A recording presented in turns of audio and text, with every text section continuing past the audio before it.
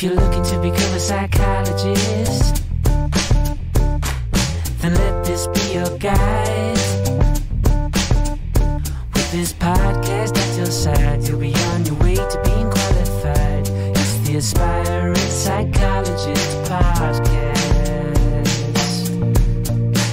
with Dr. Marianne Trent.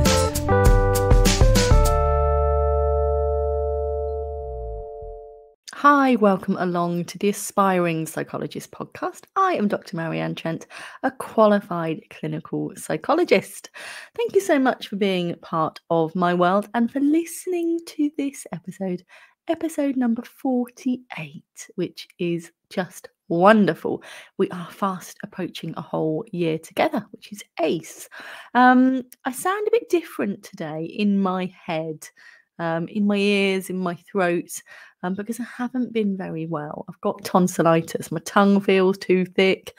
I don't feel I can get my words out quite right, but people assure me I sound the same. But for me, all feels different. It all feels different. And this has inspired the topic of today's episode of the podcast, which will have some possible catchier title of Working When We're Poorly, as aspiring psychologists and mental health professionals, something along those lines. I could do with help coming up with catchy podcast titles. And with that in mind, if you've got any ideas for things you'd like me to talk about on the podcast, please let me know. Honestly, please don't be shy.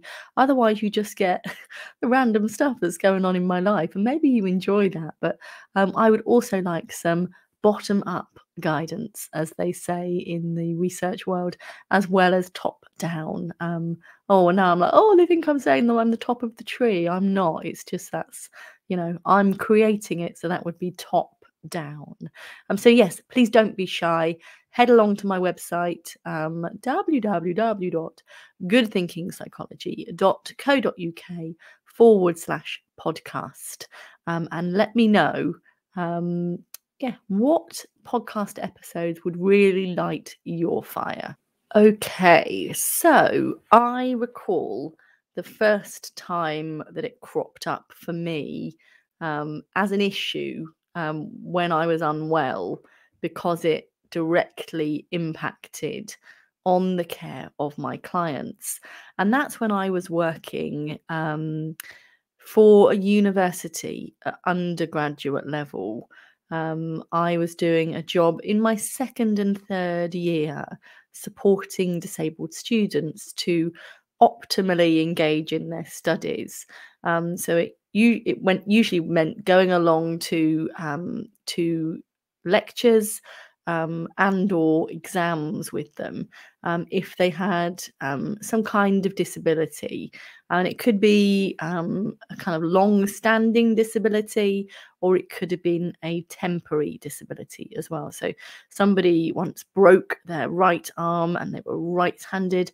And so I really have awful handwriting. I was a very bad person for that job, but it was my job to scribe for them. If you're at university and you are experiencing some kind of difficulty with accessing the Level platform to engage in your studies, please remember that there are student support services there, and there will be likely some service to support you to more optimally engage, so that it's fairer for you. And that might be, like I said, a long-standing difficulty that you've got, such as what we discussed with Dr. Deborah Kingston when we're speaking about ADHD, and we're thinking about the Centre for Academic Writing, but also, if you've got any kind of additional needs or mobility issues, then you can contact your student support centre and see in what way they might be able to help you. And then you might get hopefully someone with slightly neater writing than me. Runs in the family. My brother has got such awful writing that the university had to pay to have his work transcribed so that they could score it. And he was doing pure maths. That's not easy stuff to transcribe. When I used to look at his work, I couldn't even read it. So we've got very different brains. I'm into language and emotions, not at all arty. I don't think either of us are. Actually, he used to be quite good at art. He used to be quite good at painting pictures of my rabbits and the cats and things. He often used to do that for his art homework. So I think he is artier than me. So yeah, he got the arty brain and the maths logic brain. And yeah, I got I got the other stuff. I got the other stuff. I don't know who's doing better, but we're both doing all right. So there we go. Another aside into my life, which I know some of you enjoy. So as I was saying, the first time this cropped up for me as an issue was when I was in undergraduate study. And when I was then ill, I thought, oh no, but it means so-and-so will have some sort of disruption to their lecture. You know, they'll be unsettled. So I was working with some people that had autism as well. And sometimes they just like to know that there was someone nearby in case anything went wrong that they could get help to problem solve. So yeah, if you are in this role yourself or looking to apply to this role, you'll be working with a variety of different presentations. So there's that sense that, you know, am I ill enough to warrant wrecking two people's days, you know? So I don't know about you, and I'm not advocating this, but certainly when it came to studying for final exams for myself, my lecture notes were usually in an assortment of mine and 3 of my closest friends' writing. So usually one of us, of the 4 of us, would have been to the lecture. And yeah, I'm going to name check them here because they're so lovely. Claire, Gemma and Katie. Usually between us, I'm sure they were dreading the day that it was my notes they had to read, but between us, when we'd attended lectures or seminars, and the other person hadn't, we'd pass on our notes. So yeah, I did my bit as well. I would say on balance, I went to most lectures and probably all seminars, because I think the seminars were compulsory and the lectures at that time were not. But yeah, not all of my original notes were in my own handwriting. So yeah, it was quite interesting to see how many of those there were that I then had to kind of read and understand and get into some ship-shape order for my own exams and coursework. So yeah, if it's probably all different now. You probably all take laptops or you know, iPads and stuff, but at the time that was incredibly rare. So I started university in 1999. It was incredibly rare to have anybody tip-tapping away. I think there might have been sort of one person at the front, and that was it. But I'm sure it's very different now.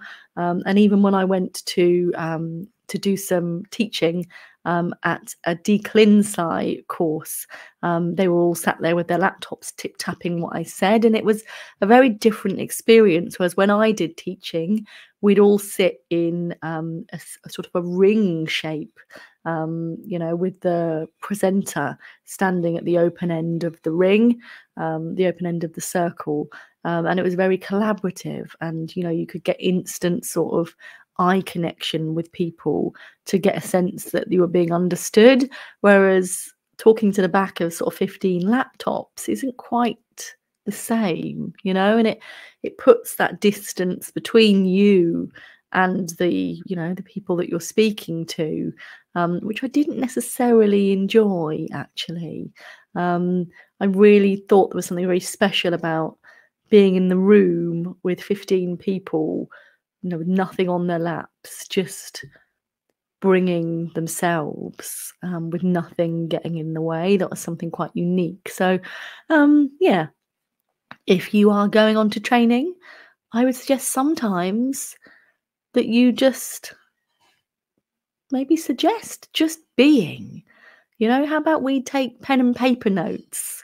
Or one of us takes pen and paper notes. We take turns to scribe so that the rest of you can take turns in really immersing yourself in the process. This is a total aside. This is nothing to do with being poorly, but you know, just talking about technology and how that how that crops up at universities. But yes, so what I was saying was that it was, if I was going to be sick, I had to kind of work out whether I was sick enough to not go. And obviously, if you had a vomit bug or something, then you really can't go. You know, the basic infection control principles are usually that you're not welcome back between 48 and 72 hours after you've last been sick. And so, you know, your hands are tied in that regard. And so, you know, you can't go. Certainly in the NHS, I think it's 48 hours after you've last been sick. It might have been 72, I can't quite recall. But in those positions, you're going to have to not support your service user, which means you're going to need to phone in sick. And it's never an easy thing to do, you know, having to make that phone call to your supervisor, your manager, or team lead, or, you know, duty receptionist, and say, I'm really sorry, I'm not coming in. And, you know, we can soften the blow these days by sending an early text to somebody and then saying, well, I'll call in when the lines are open at 9. But it's not easy. And so this cropped up for me this week because I've had tonsillitis. I've been really unwell. You know, I first started feeling dodgy Friday, which was the day we got back from holiday.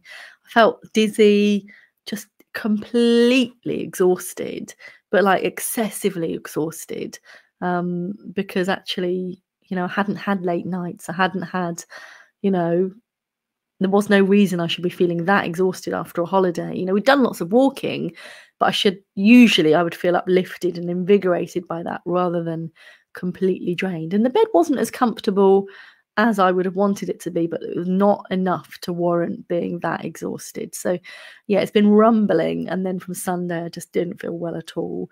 And yeah, then my tonsils were just awful, to the extent that the doctor took pity on me on Monday and prescribed me some antibiotics. So thank you to her. She was lovely. And then I started to turn a corner. So I'm doing this on Wednesday afternoon, and I started to turn a corner Tuesday evening, I would say. I started to think, oh, I feel a bit more like myself. But I have been not role modeling terrifically well, because on the Monday when I was feeling dreadful, I didn't want to let my membership down. So I still did my usual lunchtime live, which is, if you're familiar with the Compassionate Q&A, it's like that, but people ask me any questions once a week. So if you like the Compassionate Q&As and you would like more of them, then you can get those within my membership. So that's worth bearing in mind as well. But then that evening, I also had the second and final Compassionate Q&A of this application stage. And because I'd been advertising it on the podcast and on socials, I didn't want to let people down. And because I knew that it is application season, and the applications, in case you're not aware, for Declinsci, certainly for Clearinghouse, they're due in before 1 p.m. on the 16th of November. So in case that's not on your radar, it's coming up very soon. So my virtual assistant had said to me, why don't you just, you know, postpone it and do it later in the week when you're more well, you know? And I entertained that idea for a couple of seconds, and I just thought, no, because I want to do it now. And of course, it is a bit different, because it meant that I was having to work for an hour and a half, you know, in my own house.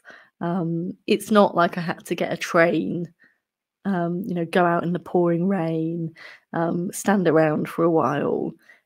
It was more compartmentalized. But I do think with the you know, the commonality that we have of working from home these days, we are more likely to do some work on the days when we should be, or indeed we are on sick leave. So yeah, I probably, if I was being entirely fair to myself, I would have got Hannah to contact the clients and to look up their numbers and cancel, which is of course what we used to do in the good old days of the NHS before we had laptops.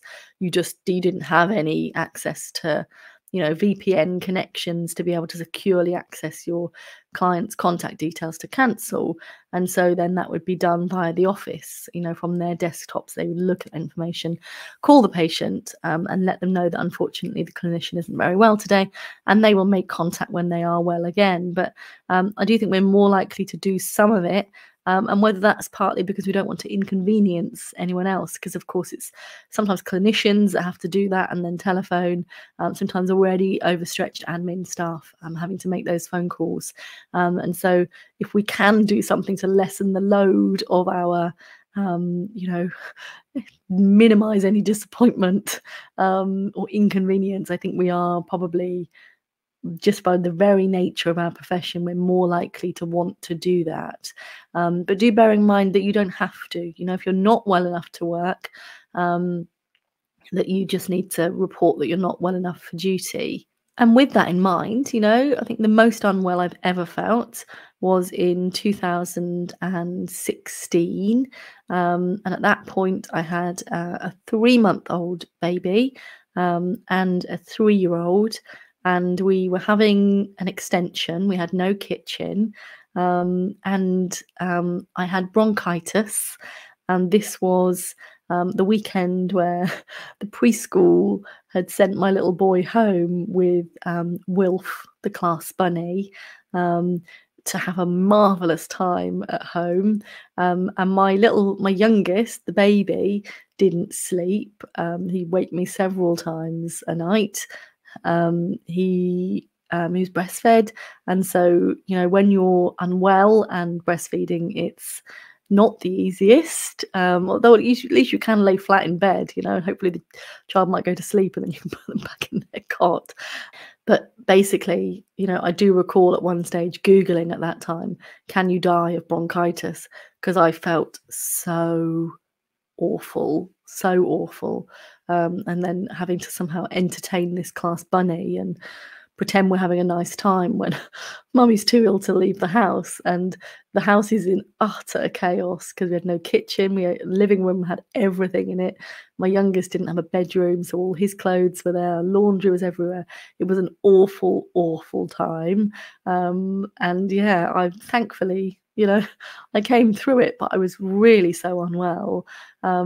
I definitely couldn't have gone to work, and yet still here I was having to look after 2 children. But yeah, my husband, I do recall rallying around. He gets an awful pained expression on his face when I'm ill. He's so used to me just getting on with and doing things and, sorting the kids' breakfasts. And because I'm an early bird, so I'll often be up anyway. So from sorting my own breakfast and drinks and things, I just do it for the kids as part of the things that I do. And I think when I'm not well enough to do them, suddenly it's like, oh, I don't really like you being unwell. Are you okay? Do you need anything? Whereas I'm a provider, I'm a nurturer. I'm used to being the one, do you want a cup of tea? Do you want anything? And I usually probably 4 or 5 times a week would cook tea, and then suddenly I can't do any of that. I'm laying flat. And so it's it's tricky when we've got different roles and then you're not well enough to do any of them. But yes, so my point with where I was going with that is, we try and we do like this, adjusting, don't we? Where we think, well, I could be more unwell. Maybe I'm not unwell enough. But we've got to be compassionate here. And we've got to think, well, how much more unwell would you need to be to not go, or should you be going? And, well, if this got worse and you were admitted to hospital, then there'd be no question about it. You couldn't work from hospital. And so, what we also know is that if we give ourselves time to properly rest and recharge. So I spent all of Monday in bed, apart from the 1.5 hours that I mentioned.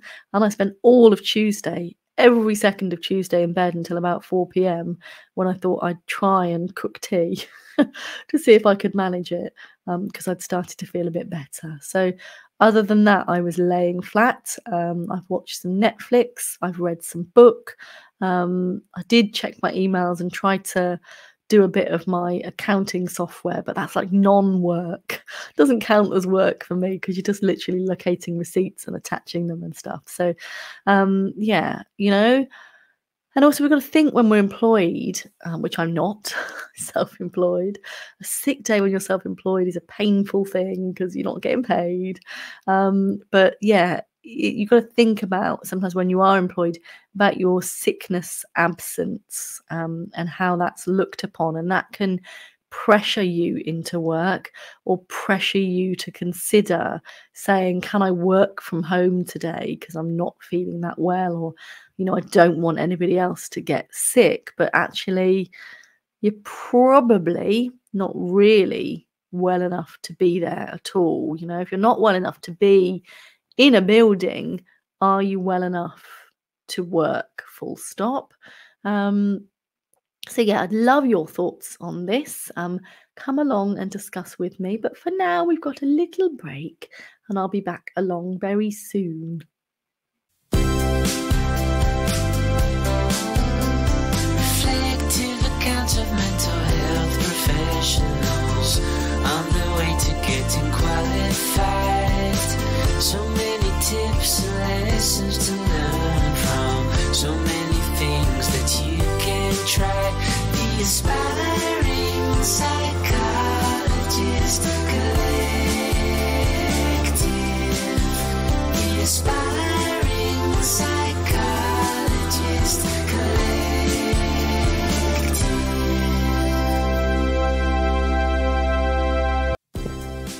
Hello, my name is Avalon and I'm an undergraduate psychology student. I really enjoyed reading The Aspiring Psychologist Collective, and I really honestly just couldn't put it down. I found it really helpful because as I'm in my final year, I'm starting to think about what I'd like to do after uni. And up until this point, I've been very set on the idea of pursuing an AP role. And the Aspiring Psychologist Collective helped me to see that there are so many more options out there that may appeal to me, and I'm looking forward to exploring some of these and broadening out my options. And I also really appreciated that people were open about their lived experience and how they navigated this over their psychology journey. I've had lived experience of an eating disorder, so it was really inspiring to hear about how people have brought that into their reflections and how it shaped the clinicians that they are today. Reflect to the count of mental health professionals on the way to getting qualified. So many tips and lessons to learn from. So many things that you can try. The Aspiring Psychologist Collective. The Aspiring Psychologist Collective.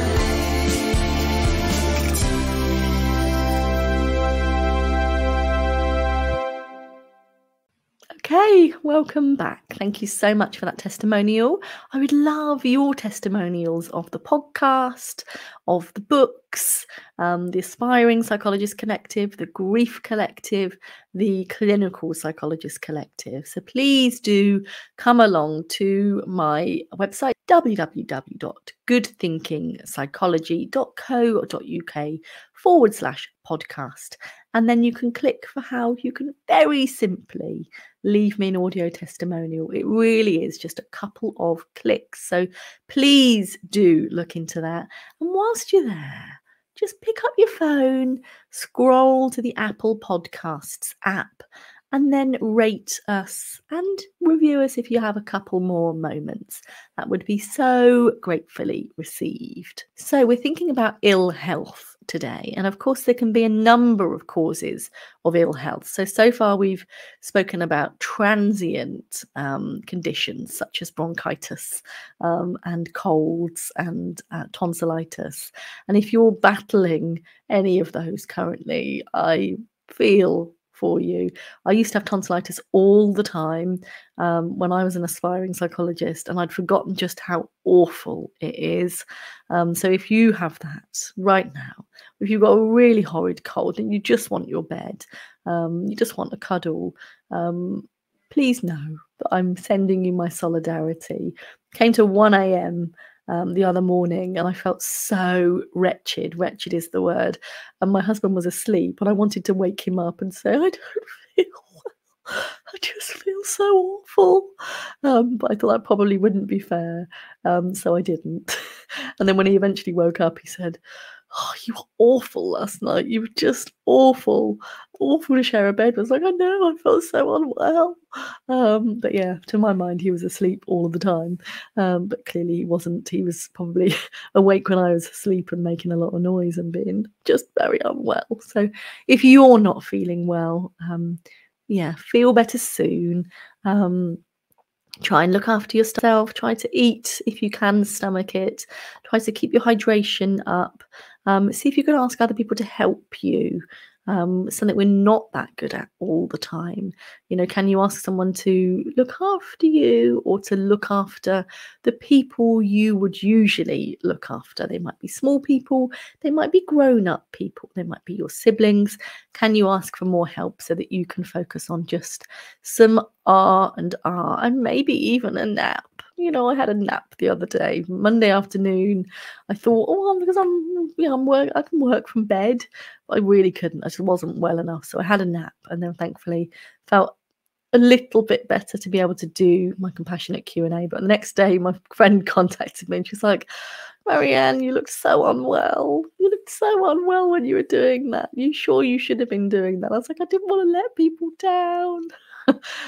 So yes, if you are going through a sticky patch right now, please look after yourselves, and I hope it passes soon. But of course, transient ill health is not always the reason for sickness absence. You know, perhaps you live with chronic pain, or you've got a physical health condition. You know, maybe even you've got asthma or allergies that mean that you can't always get into work. And that obviously is impacted upon by any sickness absent policies as well, you know, because HR can get a bit twitchy in occupational health when you start having more days over a certain allocation in a time period. It's not easy stuff. And, you know, it does affect our decision of thinking about whether we are well enough to be at work or whether we're unwell enough to be at home and not working. So this is not easy stuff, but you can always talk to your supervisor. You can always talk to occupational health if you want to think about any changes to your working practices that might make it easier for you to work. You know, and certainly occupational health are responsible for things like display equipment and the comfort of your chair. So if you've got any back problems, it's really important that you have a properly fitted you know, desk chair workplace assessment. And sometimes they will leave that with your sticker on the back of the chair, making sure that no one else touches it because it's set up for you. So yeah, don't struggle on in physical pain. Make sure that work are looking after you, getting you any wrist guards or anything that you might need to you know, to protect your wrists and things like that. So yeah, contact your occupational health if you think there are adjustments that could be made to make your life at work, either at home working or working in a workspace, work better for you. And again, there's, you know, regardless of what type of illness we're talking about, there's that sense of, you know, are you really able to give your best self, to give your full attention to what your clients are saying and to be sitting with their distress? If you're feeling, you know, in pain or really unwell, the answer is usually no. And so in doing yourself a service of staying home and not working, you're also likely doing your clients a service, because then when they do see you again, you're firing on all cylinders, and, you know, therapy might then move more quickly as well, or whatever you're doing feel less of a struggle, because you actually want to be there, which is very different than when you're feeling like you're turning up because you have to be there. And of course, there's other types of sickness as well. This could be mental ill health, or it could be complications and just normal run-of-the-mill pregnancy can make you quite unwell as well. But also, if people are trying to conceive with assisted fertilization, that can be quite disruptive to your health and to the way that you feel. I was once doing a session with a young person in CAMS when I was pregnant, and I think it was probably before I told certainly my clients, that I was pregnant, and I remember being sick in my mouth during a session and having to swallow it down. It's not nice. So I wasn't sick, and I wasn't contagious sick, but wasn't living my best life then. I remember sitting in my office. I did have an office in that service, which was marvellous. It was a shared office, but it was still a lovely office, shared between me and one other person. But yeah, I remember sitting with my head on my desk. Just feeling so nauseous. So if I wasn't being sick, I was feeling nauseous, and it's very tricky to carry on. So again, if you're in that position, congratulations if you are feeling excited about it. But yeah, awful pregnancy nausea, dreadful. I preferred the days that I was actually sick. I felt better because then it's done. But if it's just that awful nausea that seemed to go on all day, there's nothing you can do. Nothing takes the edge off. So I've been there. It passes, once you have the baby. But yeah, luckily both of my nauseous periods seem to stop into the middle trimester, the second trimester. But of course, when you are pregnant, if you're expecting one or multiple babies, there can be complications to your health that means that you need to take some sickness absence as well. So I, during my first pregnancy, had to take probably about 3-ish weeks off, I'd say. Quite significant blood loss I was experiencing. And so I was made to stay home until they were confident that that was stopped and that wasn't a risk to me or to baby.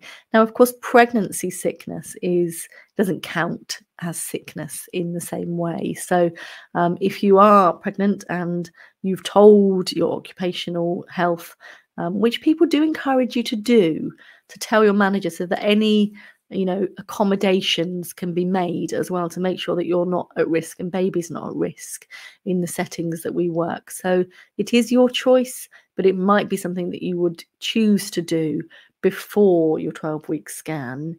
This is not sharing on socials, this is not sharing with the wider team, but this is sharing with somebody who has a managerial and a responsibility to keep you safe at work. So your choice, of course, but it might be something that you want to consider. So yeah, pregnancy sickness doesn't count towards your usual sickness record, because pregnancy is what's called a protected characteristic. So yes, I hope this has been useful, because what I know is that we will have days where we feel physically unwell or when we feel mentally not well enough to be at work. And these are important considerations, and they're conversations you might well have with your clients as well. If they're working, they'll be talking to you about, working and how well they feel. And sometimes I'll say to a client, it's my professional advice here, but I don't think you're well enough to be at work. And sometimes people can find that really validating, because it gives you permission then to not work and to not, to take the pressure off that guilt pedal. Dr. Marianne also thinks I'm not well enough to work, so now I can relax, into being unwell and really focus on getting better. And I certainly had that when my dad died. So I was on some sick leave after he died. And the GP said, I don't think you are well enough to be at work at the moment. The job you do, with the level of trauma work you do, and the level of grief that you're regularly rubbing up against in your day-to-day work life, I don't think you're well enough to be there. And that was really, like I said, really validating to have someone else give you permission to have time off work. And of course, that came in the form of a sick note, didn't it? But if you feel like you can't give yourself permission to be off work, then talk to someone else as well who can help you give permission to yourself to even, get signed off work. All right, so I hope you found that useful. Come along to the Aspiring Psychologist community free group to discuss how you're feeling. And if you're not feeling well, come and tell me about it, and I will go, oh, I'm sorry to hear that. Look after yourself. So yeah, I'm going to go to bed and I'm going to do the clinical notes from the client I saw this morning, and I'm going to edit this podcast episode so I can manage that. My mother-in-law has been amazing and has been taking the children to and from school whilst I haven't been feeling very well, and she's picking them up for me today, and I'm hoping I will be feeling stronger and more able to resume normal service tomorrow. That's the plan anyway. So yeah, I hope you found this helpful. Hope you can forgive me looking, you're probably like, shouldn't look any different, but I feel like I don't look quite my usual self. And why are we so self-deprecating? I don't know. That's a whole nother episode. But yeah, thank you for listening. Hope you found it useful, and I'm looking forward to catching up with you very soon. Take care.